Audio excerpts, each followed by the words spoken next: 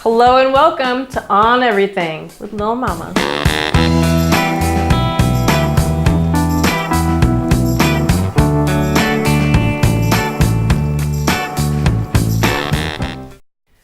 Today we're gonna make bangin' beef chili. We'll start with my favorite ingredient, garlic. Smash the cloves and finely chop. I'm using 9 cloves here only because I got tired of peeling them. Use as much garlic as you want. It's good for you and this dish can handle it. Find a large sauté pan and add 1 to 2 tablespoons of olive oil. We're gonna cook all of our veggies before adding them to our chili. So go ahead and put your garlic in there. Next, we chop our onion. 1 medium or 1/2 large onion will do. You'll want to use a very sharp knife. I did not and ended up with onion juice in my eye. Take heed. Next, we'll chop 1 red bell pepper, seeded. You'll notice I'm keeping all of my vegetables about the same size so that they cook at the same rate. That's a little pro tip for you there. Then we'll chop 4 stalks of celery. You may not know this, but celery is chock full of vitamins K, C, A, folate, and dietary fiber. Amazing. Then we will chop 3 carrots, peeled. Now, I happen to have some extra roasted garlic in my fridge, and I'm going to add that to my chili later on for some mellow, grounding, cold-fighting superpower. Feel free to skip this if you can't hang. I won't judge. So we have all the veg in the sauté pan with the olive oil, and we're going to cook that over medium heat, stirring often until the carrots are al dente and the onions are translucent. Next, using a cast iron Dutch oven or stew pot, break up 1.5 to 2 pounds of lean ground beef with a fork and brown it over medium heat, stirring often. We're going to add the veg to the beef along with our roasted garlic.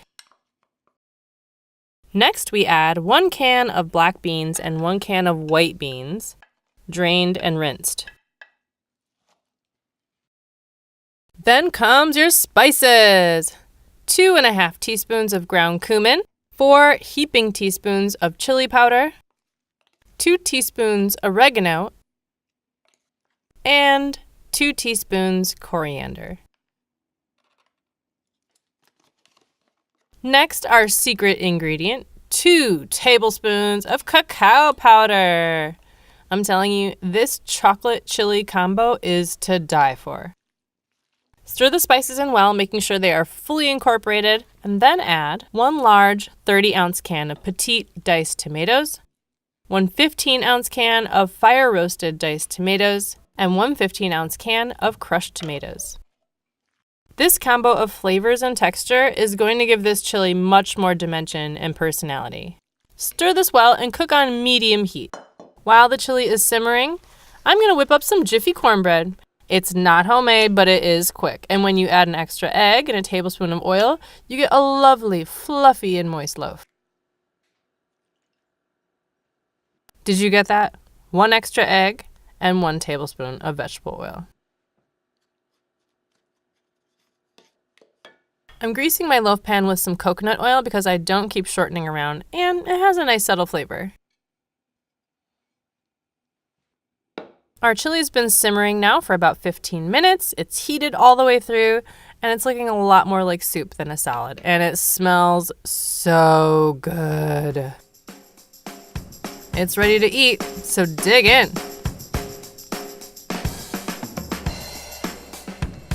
Here's our beautiful cornbread.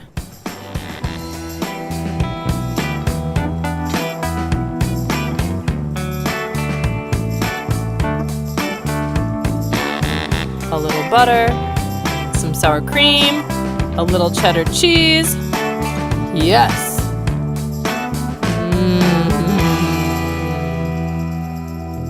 I hope you enjoyed this chili as much as I did, and remember, click subscribe.